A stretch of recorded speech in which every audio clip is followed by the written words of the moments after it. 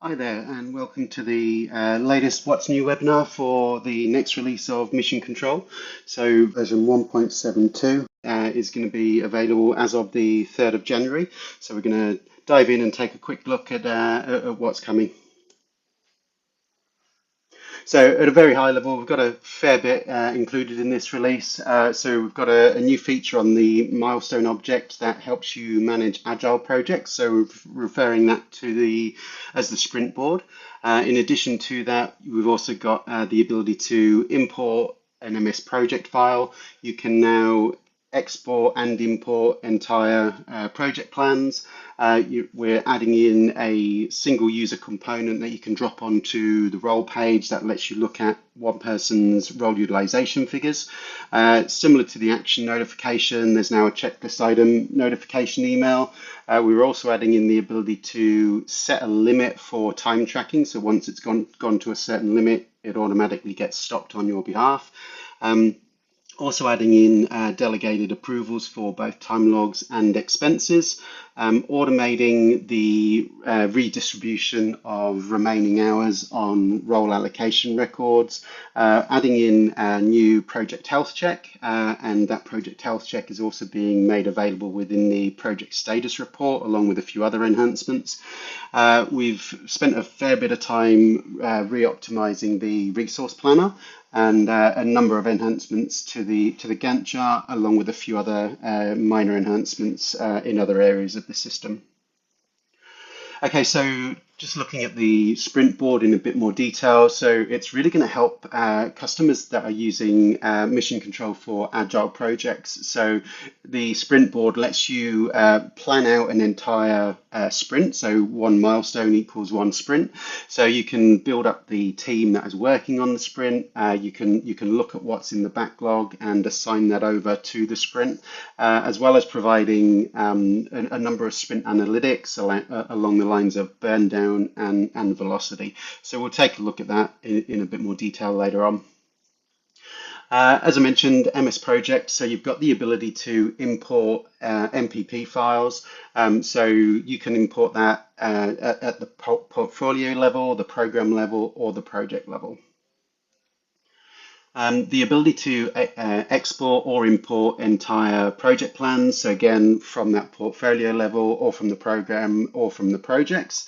And the export, you're able to optionally choose to have a visualization of the timeline. So you can see on that example over there on the right, you've kind of got a mock-up of the Gantt chart if you are wanting to share this with any external stakeholders.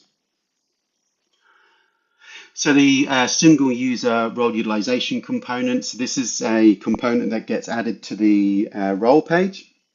It gives you insight into all of the utilization metrics that you see on the role utilization report, but this is for that individual role. So you can see the utilization, the billable, and the scheduled performance. Checklist item notifications. So if you are creating a checklist item and you want to notify that person immediately rather than having to wait for the daily digest the following day, you can tick the notify box the same as you can on an action, and that will send an immediate notification email out to the item owner. So the time tracking, obviously, you can use the start stop timer within Mission Control, and what you can do now is you can set a limit for that. So whatever you set that to, anything ranging from like 15 minutes right up to 12 hours. As soon as it hits that limit, it will automatically stop. If you have a validation rule that prevents it from automatically stopping, the person that's tracking that time will automatically receive an email notification letting them know that they've reached that limit, but we were unable to stop the time tracker. Delegated approvals for time logs and expenses. So with both time logs and expenses, there are two people that can approve those time logs and expenses. So the individual person's role manager and or the project owner. So if any of those approvers are going out on extended PTO, they can choose to delegate their approvals whilst they're out on holiday. Obviously on the hours distributor, you have the ability already to click an icon to manually redistribute the remaining hours on role allocations that relate to actions. We've added in the ability to automate that process on a daily basis now. Project health checks. A new object that's been added as a child to the project. So you're able to create periodic health checks of where the project is at. So whether if you're wanting to take a snapshot of certain key metrics and provide a summary to the customer, so you can track what you've recently accomplished, general observations of where the project's at currently, what you've got planned next, and a number of KPI ratings. So the ability to display like a red, amber, green flag as to whether particular things like budget, scope, risks, quality, timeline, whether they're on track, off track, or need attention.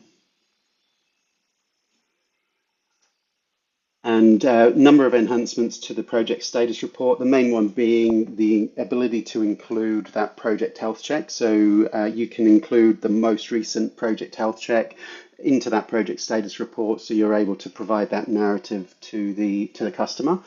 You've also got the ability to include phases. You can choose to exclude individual time logs.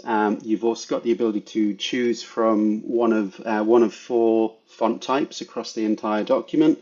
Some tidy up on the logo placement on the back page, as well as a few minor enhancements there. So resource planner, nothing really to show on this, but more that it's had a dramatic performance improvement. So we've added in a new object that is now driving the data on the resource planner. So instead of looking at individual role allocation records, those role allocations get related to a parent role allocation summary, and the resource planner now draws on those role allocation summary records, so dramatically improving the performance. In addition to that, we've added in some settings that can be controlled on the control pad of the mission control console, choosing to have role allocations in the future set to 0 if the action gets set to cancelled, complete, or on hold. And quite a few enhancements to the Gantt chart as well. So you were always able to add custom fields onto the data table. What you weren't able to do was inline edit those fields. So we've now added in support to inline edit those custom fields that are displayed. Number of enhancements to the filters. You've also now got the ability to create phases directly from the Gantt chart. The status field has been added in as a default field. You've also now got the ability to add custom fields at the portfolio, program, and phase level. And you can also configure the fields that you want to display for specific projects. So for example, if you're using record types on your project object, or maybe you're using the category field, you can configure different fields to display based on the value of a controlling field like category or record type. We've also added in the ability to turn on a setting that will automatically save every single change that you make to the Gantt chart. So with that turned off, obviously you can make numerous changes and then you have to manually go and click the master save button. And with this setting turned on, anytime you make a change to any record on the Gantt chart, it will automatically save. And we've also added in a new field that when you generate the PNG image that will be displayed in the project status report for the Gantt chart, there will be a date field populated on the project record, so you can like view that in a list view or on a report, just to identify when you last generated those images. And a few minor enhancements here. So we've added in a velocity chart onto the overview tab of the project overview, which just gives you insight into the scheduled and completed hours across each milestone. We've also added in additional reports within the package. So they're all obviously detailed in the release notes, and we've also deleted some legacy components. So obviously just old components that we no longer use in mission control. So they've just been deleted from the package, and again, they're all detailed in the release notes. Okay, so what we're going to do now is jump in and start taking a look at some of those main features. So for customers who are running agile projects in Mission Control, we've added in a new component that operates on the milestone object. That's going to dramatically improve how you're managing your sprints. So you'll see on this example project here, I've got a project that I'm implementing Mission Control for this company, and I'm choosing to run this as an agile project. So I've got a milestone to track all of my project management, things like admin and stand-up meetings. I've created a milestone for my backlog where I've got numerous actions in here that need to be delivered. And then I've got a few different sprints here. So sprint 1, sprint 2, sprint 3. So first of all, to note, what you will want to do on one of your individual milestones, you'll want to mark that as a backlog. So I'll just open that up and show you. So there is a checkbox field that indicates that this is a milestone that is being used as a backlog milestone, and you'll see here that there are also fields that have been added to track whether it's a sprint start date, sprint end date, and overall sprint capacity. So I'll just jump back. So obviously I've got my backlog milestone configured, and I've got my actions sitting in the backlog that need to be assigned to sprints, and I've already planned out sprint 1, so I'll take a quick look at that one and walk you through the component.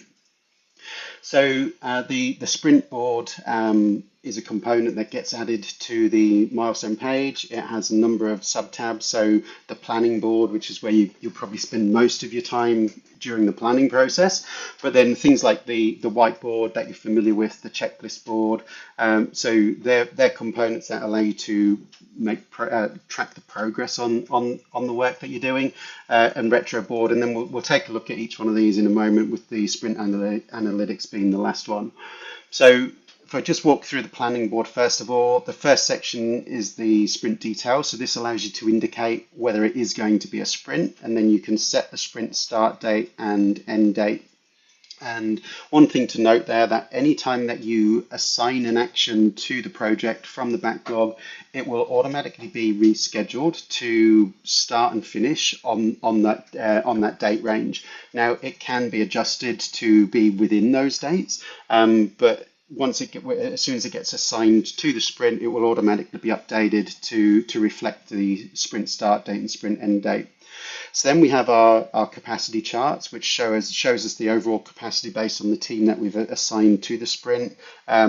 That breaks that capacity up based on their function, so whether they're a developer, project manager, consultant, and so on.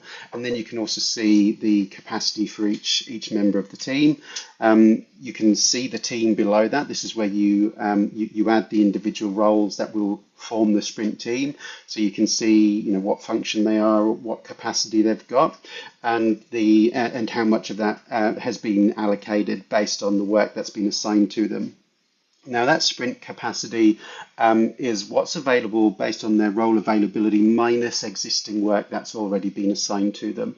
So if I just expand that, you'll see that for each person that gets added, we can see whether they've got other projects that they're assigned to, any holidays, any Salesforce events that might be taking up time. So all of that time gets deducted from their capacity, from their availability, to give you their accurate capacity for this individual sprint. And then down the bottom there, you're able to see the backlog.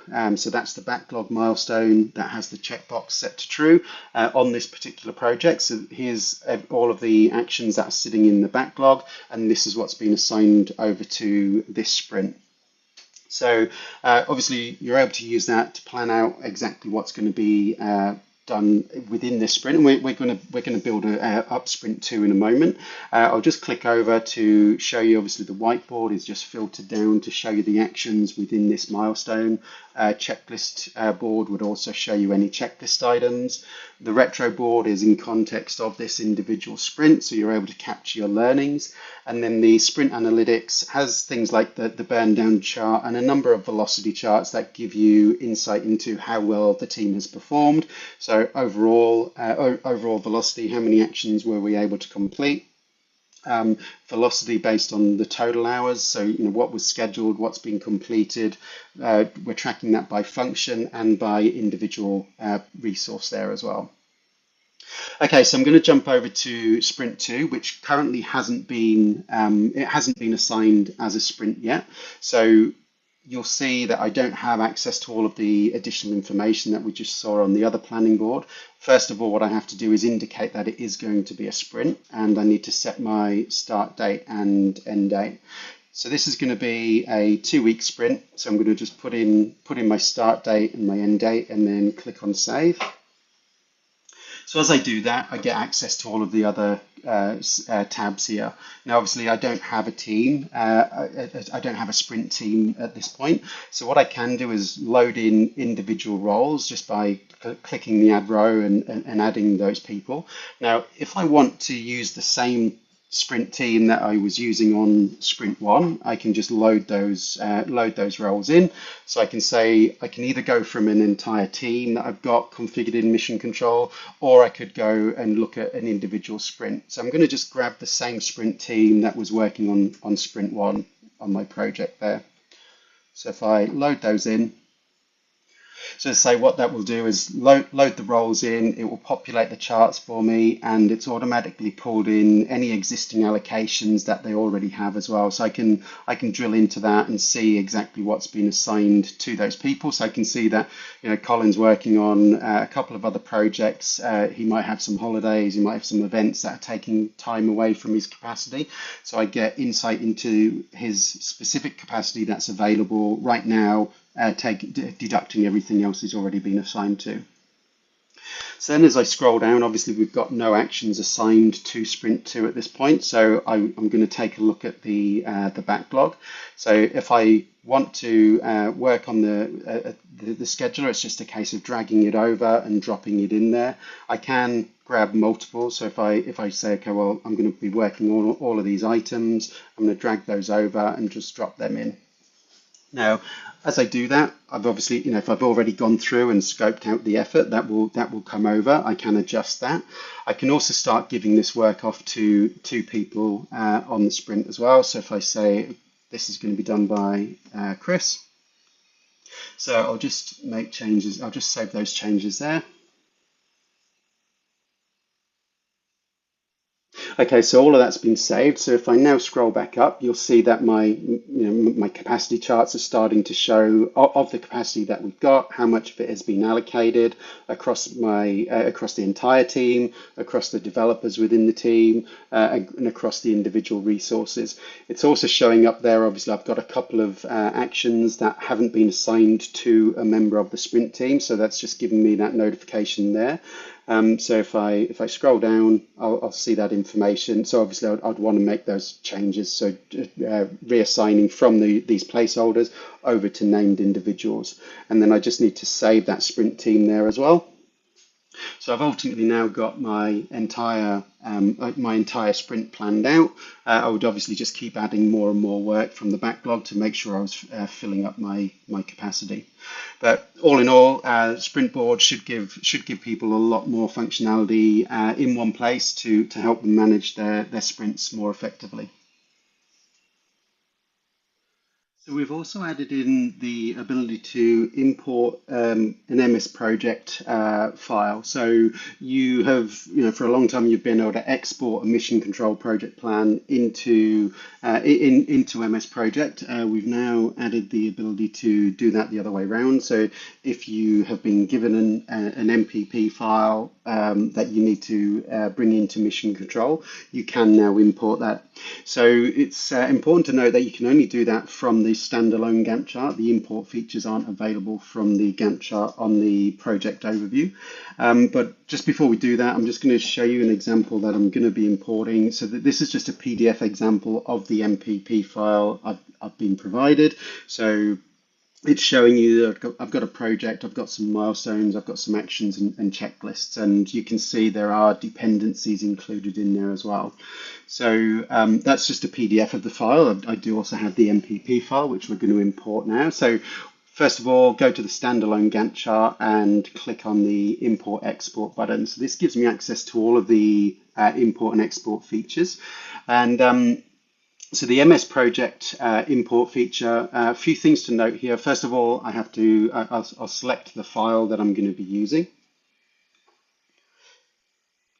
And what I need to indicate is what's the highest layer that within that project file that I'm trying to import. And the options are either the portfolio, program, or project. Now in this example, I'm just importing one individual project. The other thing that I can indicate is do my projects have phases or not? So if I tick that, it will assume each layer below the project starts with a phase and then imports downwards from there.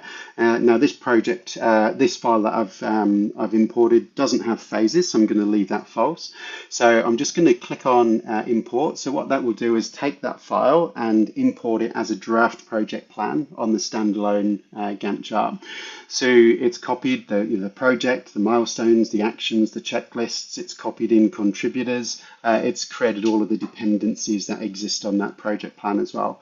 So very quick process for me to import that. So it's just a case of clicking on save. So that will go away, save that project for me. So now if I jump over and just take a look at my recently viewed, I'll get that new project in there. So entire work breakdown structure exists there. If I click over onto the individual Gantt chart, we'll see all of that information is all in there straight from that Microsoft Project Plan file. We've also introduced the ability to import and export from Excel files.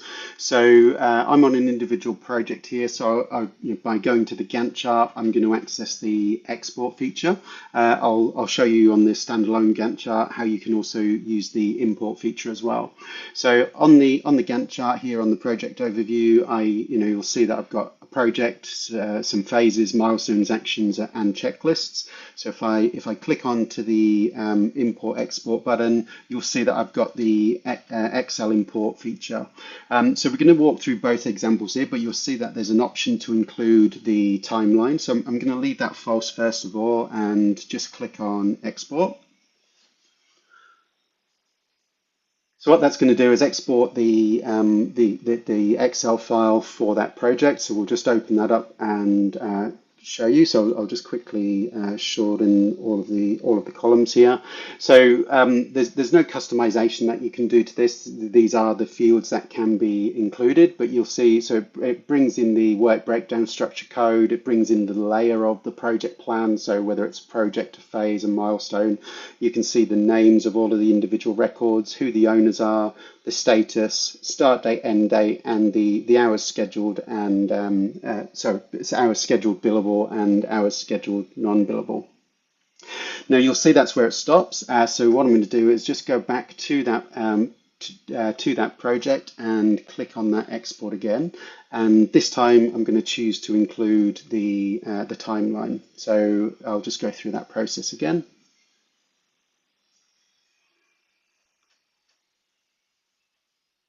So again, I'll just shorten that up.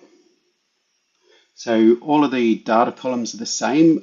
You'll see by setting that include timeline checkbox to true, it's basically just coloring the cells to indicate, to give you a visualization of the schedule based on the Gantt chart.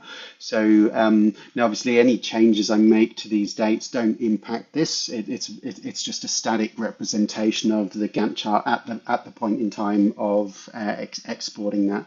So if you're wanting to provide that visualization to third-party stakeholders, you could choose to do that.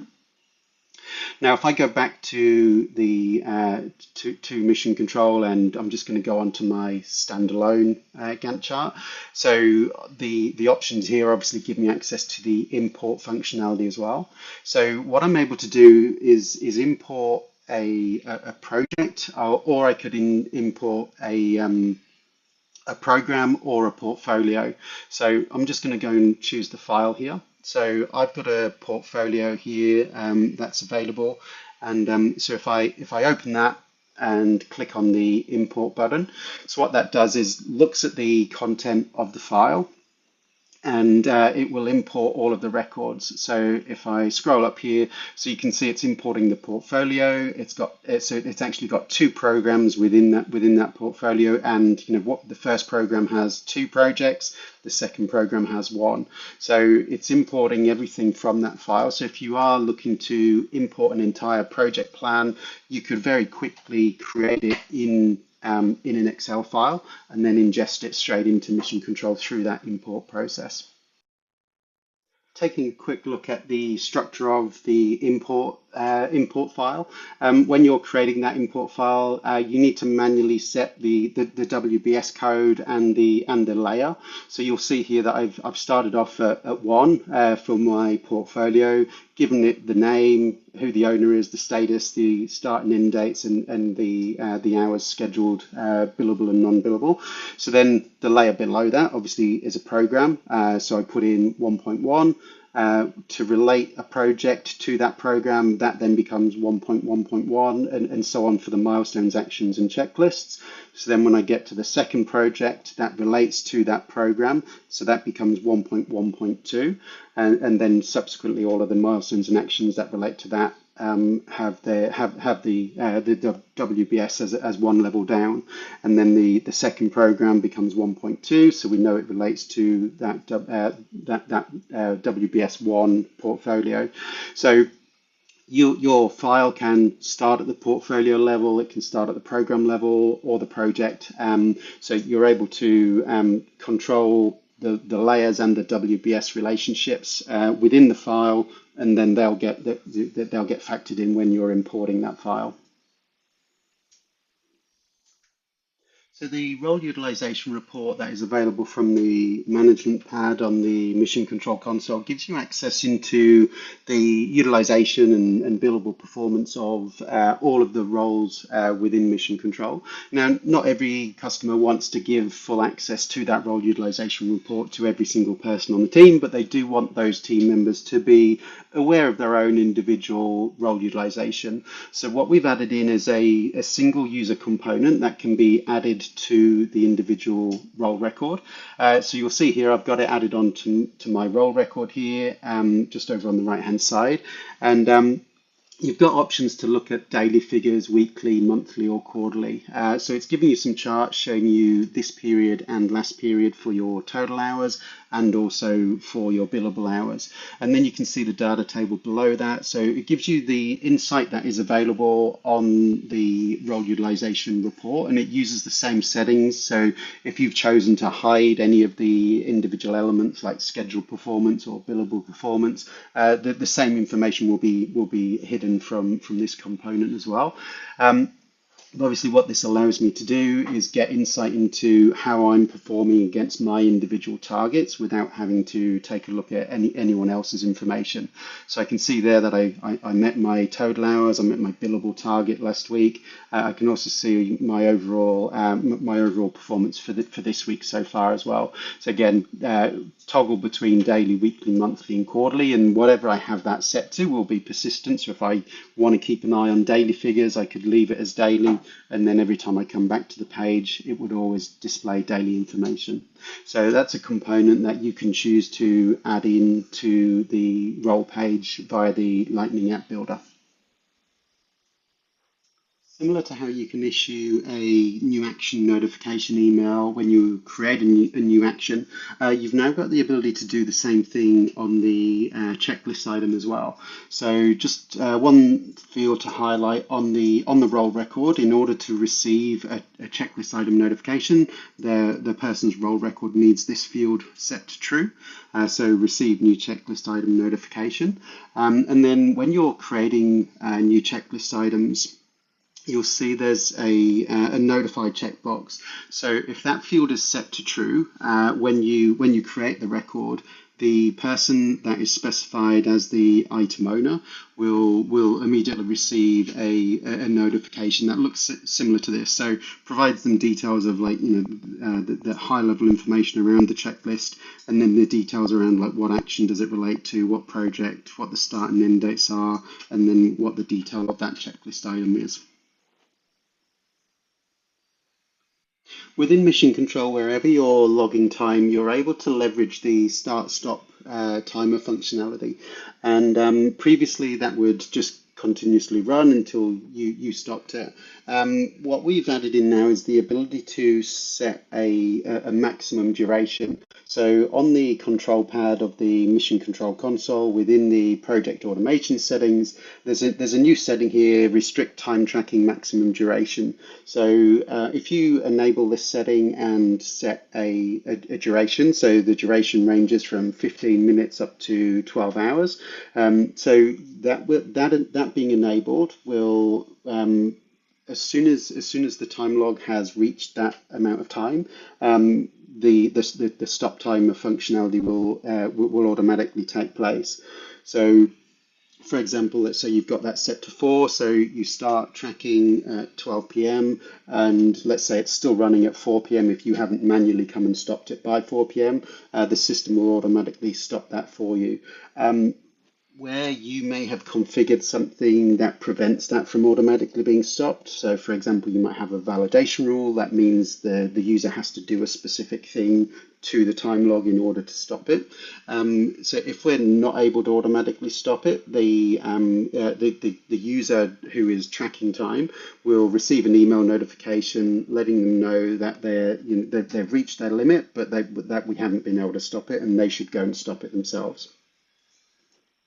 For customers that approve time logs and expenses, you're now able to delegate that approval process whilst the main approver may be away from the business on holiday. So whether that's like extended PTO, sick leave, and so on. So for both time logs and expenses, you have two options around who can approve those records. So that can be the project owner and or a person's role manager. So looking at the screen here, you'll see that for Kelly Slater, Chris is both his timesheet approver and his expense approver from a role manager perspective. So let's say Chris was the project owner and he was also Kelly's line manager approver. If Chris goes out on PTO, we might have a period of time where time logs and expenses are getting submitted, but they're not being reviewed and approved. Now, if Chris happens to be away on PTO across a billing period, we want to make sure that those time logs and expenses are getting approved in a timely manner, to where we can make sure it's all being approved correctly in time for that billing run. So what you can now do is delegate those approvals. So on an individual person's role record, so if I just take a quick look at Chris's record here, so you'll see you can specify who will be the delegated approvers. Now, there's a number of fields being added to support this functionality, so definitely recommend reading over the release notes. But what you can specify here is from a time log perspective, if Chris is the project owner, who would be his delegated approver? If he is the role manager approver, who would be his delegated approver? And also on the expenses, you've got the same sort of fields there.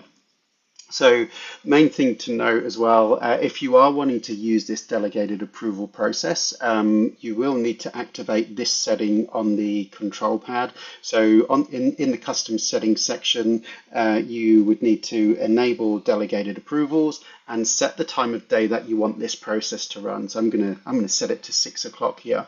So, basically, at 6 a.m. every day, this process will run and see if there are any holidays starting that day that need to be delegated to the delegated approvers, or if there are any holidays finishing on that day that need to be transferred back to the master approver. So when you are creating a holiday, now it doesn't happen for every single holiday because, for example, let's say Chris is only taking Friday afternoon off. We can afford to wait until Monday morning when Chris comes back to the office and he can approve those time logs. But if if he happens to be, in this example, going to Hawaii for a 3-week trip, we definitely want to make sure that we're getting those time logs and expenses approved by someone else in his absence.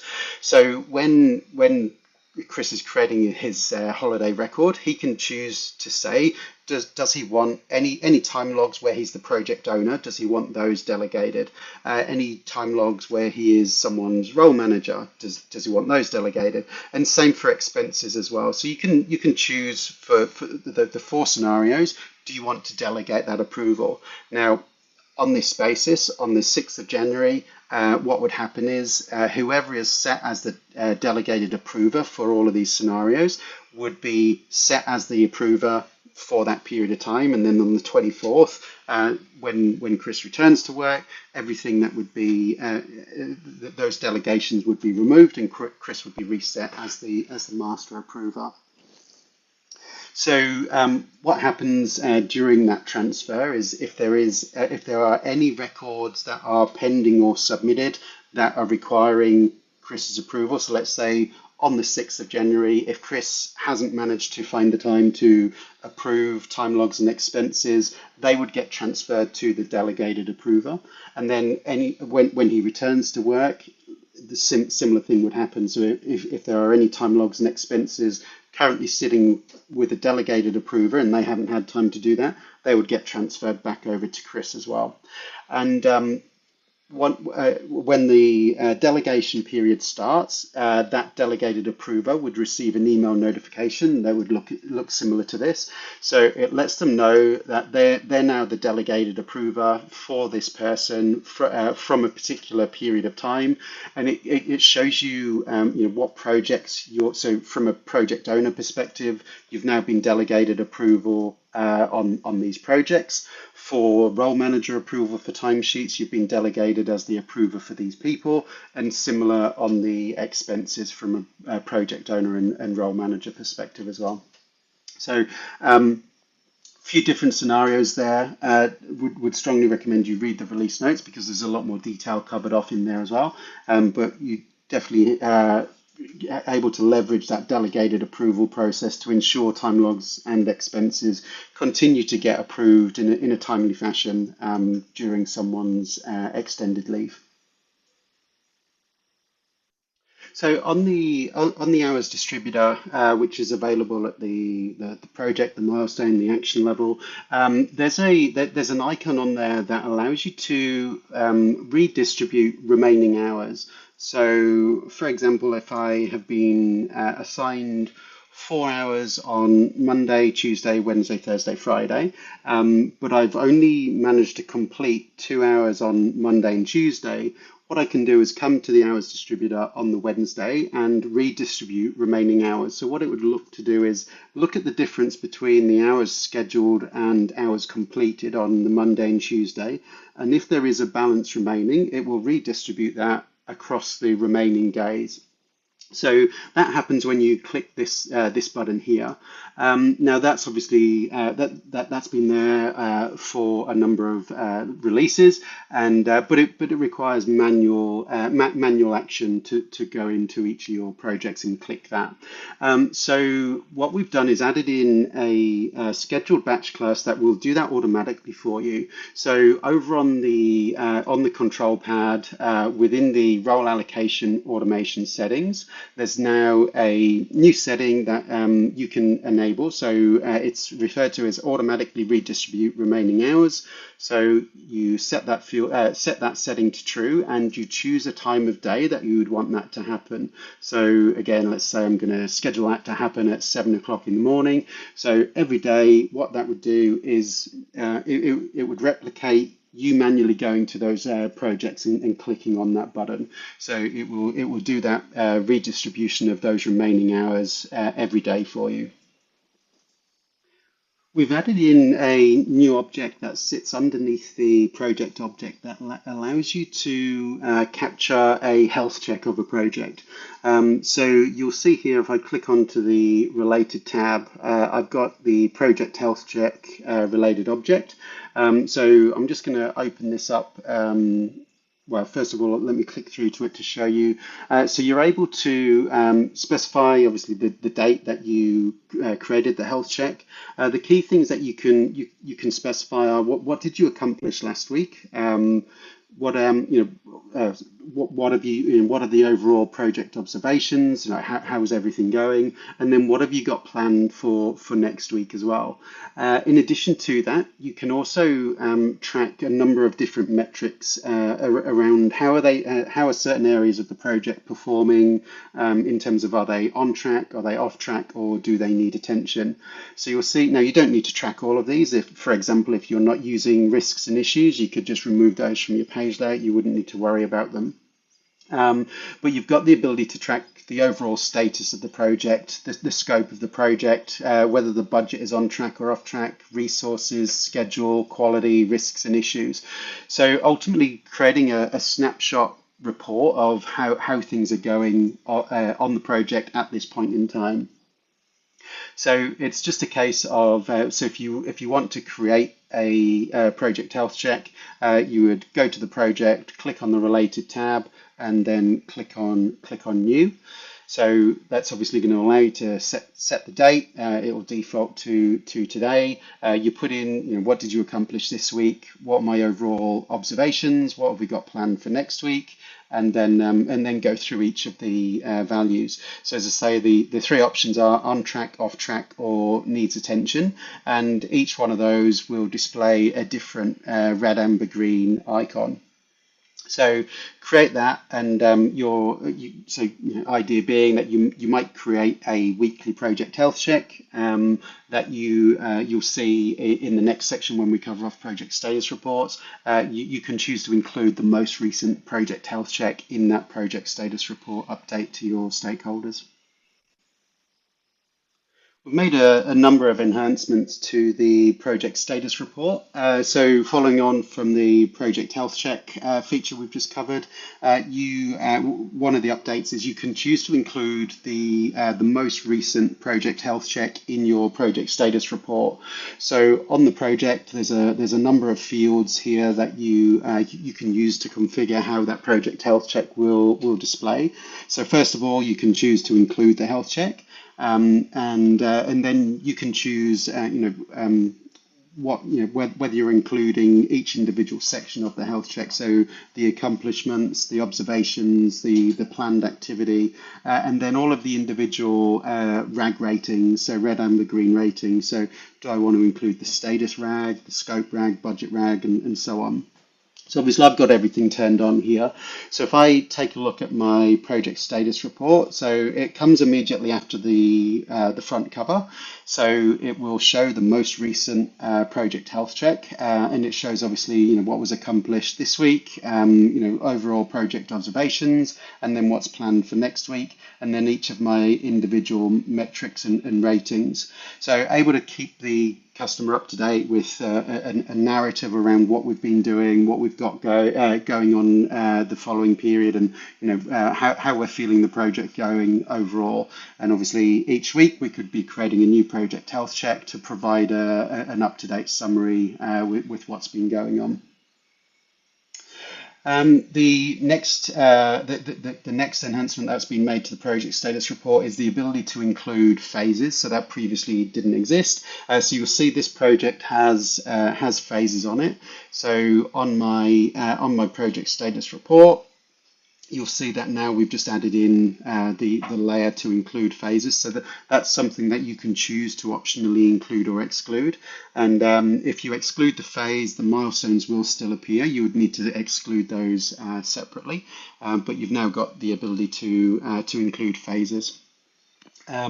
We had customers wanting to be able to exclude individual time logs. So you do have the ability to exclude individual time logs. There's an exclude from project status report field that's been added, and again that's independent of the action. You'll just be excluding those time logs if you don't want them to appear in the project status report. The other thing that we've done is added in a new feature on the project status report setting on the control pad. You have the ability to control the font type. Now, there's only a certain number of fonts that are supported within Salesforce, so that's what we're limited to. But we've got the ability to apply a different font that as closely matches your branding as you want. But these are the four font types that are supported. So by default, Arial will be used, but if you want to change to Helvetica, Times, or Courier, it's just a case of switching that over, clicking on Save, and then that font will be applied throughout the entire report. A couple of other very minor enhancements around phone number display and logo placement on the back page, details of which are in the release notes. So on the resource planner, we've made a few different things, enhancements, and the main enhancement, there's actually nothing really to show you. It's more about the handling and processing of the data that drives the information. So nothing really to display here, but just to talk you through it. So the resource planner obviously processes large volumes of data, and in order to be able to provide enterprise level resource planning. So depending on the volume of data that you are processing, the resource planner was taking some time to load. So to improve the performance of the page, we've added in a new custom object. So the role allocation summary object. So it's not going to require any manual interaction from users. It's going to be populated automatically based on the creation, updating, and deletion of individual role allocation records. So the role allocation summary records are created automatically for a 1 month period, and then role allocations are related to the appropriate role allocation summary record based on a number of criteria, such as the role, the project, and the opportunity. So then the role allocation summary records are then used by the resource planner, dramatically reducing the volume of records, therefore dramatically improving the performance of the page. In addition to that optimization, we've also added in some new settings that allow you to control what happens to role allocations for particular actions. So you'll notice these. So on the control pad in the role allocation automation settings section, there's these 3 new settings here. So if you enable this one, it will reduce the hours scheduled on future role allocations when the action is set to cancelled. This one will reduce future role allocations to 0 if the status is complete, and this one will reduce future role allocations to 0 for when the status gets set to on hold. So just allowing you to remove like fake capacity, really. So if you've got a cancelled action that's scheduled in the future, you don't want to be counting those hours in your resource capacity planning. So you've got the ability to turn those on, and that will manage those for you automatically. It's been a number of enhancements made to the Gantt chart within this release. So a couple of things. If you take a look here, you'll notice that the status field has been automatically added to the data table now, so you don't have to use one of the custom fields for that. And you've got the ability to inline edit that as well. So if I double click into one of those, you can see that I can make changes to that field value. The other thing that we've done is you've for a long time you've been able to inline edit a lot of these standard fields. What you weren't able to do is inline edit the custom fields. So now you're able to do that. So you'll see here that I'm displaying the category for the project. So if I click into that, I can change the value of that if I need to. You can see that I'm looking at the action type on the actions. So if I double click into that, I'm able to set that for those individual actions as well. So obviously I'd need to make those changes. I'd need to save those changes. But custom fields are now editable in line within the data table. The other thing we've done is on the standalone Gantt chart, we've added in a lot of additional filter options. So you'll see here that you've now got the ability to filter on action start date and action end date. So you can use like equals, less than equal, or and so on. And you can either use a particular date, or you can toggle over and use a relative date. So you might say that you want to filter that down based on the action start date being greater or equal to this week. So obviously if that's a persistent filter, it will always filter down to actions starting this week. Additional filters. There's a number of other ones that have been added at the action level, milestone, checklist, as well as phase as well. So you'll see things like the phase status, the phase owner, the milestone owner, and so on. So there's a number of additional fields have been added. All the details are in the release notes. Another thing that we've added in is the ability to create phases from the Gantt chart. Now, not every customer uses phases, so we've given it as an optional setting that you can turn on or off. Because obviously what you can do underneath a project, if you don't use phases, you want to just be able to click the plus button to create a milestone. So the setting here is enable phase creation. So this will need to be true. And with that enabled, when I click on that plus sign, instead of automatically creating a milestone, it gives me the option whether I want to create a phase or a milestone. So I can create both still, but it just gives me that extra click to have the option of whether I'm going to create a phase or whether I'm going to create a milestone. So obviously if I don't use phases, I can just leave that setting disabled, and then it will just automatically default to creating a milestone for me. The other thing that we've done is extended the custom fields. So previously you could specify 3 custom fields at the project, milestone, action, and checklist item level. So now we've introduced that at the portfolio, program, and phase level as well. So you can see here I've got three custom fields defined for each of my project layers. So whenever I'm looking at a project, those fields will display. However, we've also added in the ability to control those custom fields based on a controlling field on the project. So this section of the update only applies to individual projects. It doesn't apply to the standalone Gantt chart. But for example, if let's say I'm using record types on my project object, or I'm using the category field. So in this example, I've got 2 values in my category field of development and implementation. Now I might want to have different fields displaying on my Gantt chart for development projects than I would like to have displayed for my implementation projects. So rather than using this one-size-fits-all approach here, I can come in and click on the configure button, and I can set my controlling field. Now you can see that I've already done this. I've set my controlling field to be category, and then I can choose, like based on the field values of development and implementation, I can set the custom fields that I would like to display for each of those layers based on that field value. So if the category equals development, these fields will display. And if I click over to implementation, you can see that I've got a different set of fields being displayed. So able to really control the fields at a granular level based on a particular field value. And the other thing that we've added in is an auto save. So with the autosave turned off, if I make lots of different changes to the Gantt chart, you get a little warning icon here saying that you've got unsaved changes and you need to click on the save button. What you can do now is enable autosave. Now, obviously, I guess this will slow down the usage of the Gantt chart because you won't be able to make multiple changes very quickly.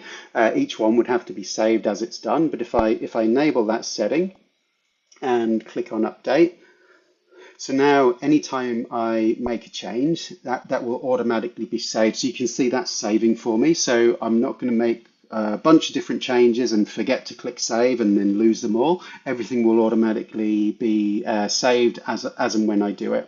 So that's, again, not everyone wants to work that way. So we've controlled that via a setting. So you're able to turn that on and off for your users. Okay, that's the demo of all of the main features. There's obviously a few minor enhancements in there as well. So we would definitely encourage you to read through the release notes in detail. There's also a number of new fields and components in there that you'll want to make sure you're adding to page layouts and so on. Okay, so let's take a look at when this is going to be available. So, like always, we stagger the release. So on the 3rd of January, it will be available from the App Exchange for you to manually upgrade if you want. On the 18th of January, we're going to automatically upgrade it to all sandbox orgs. And then on the 1st of February, we will be automatically upgrading to all production orgs. So that's everything. So I'd like to just thank you for your time. Really appreciate your ongoing support. And like always, if you have any new features that you would like to see, please get in touch. But we hope you enjoy what's coming in this release and we look forward to your feedback. Thanks. Have a good day.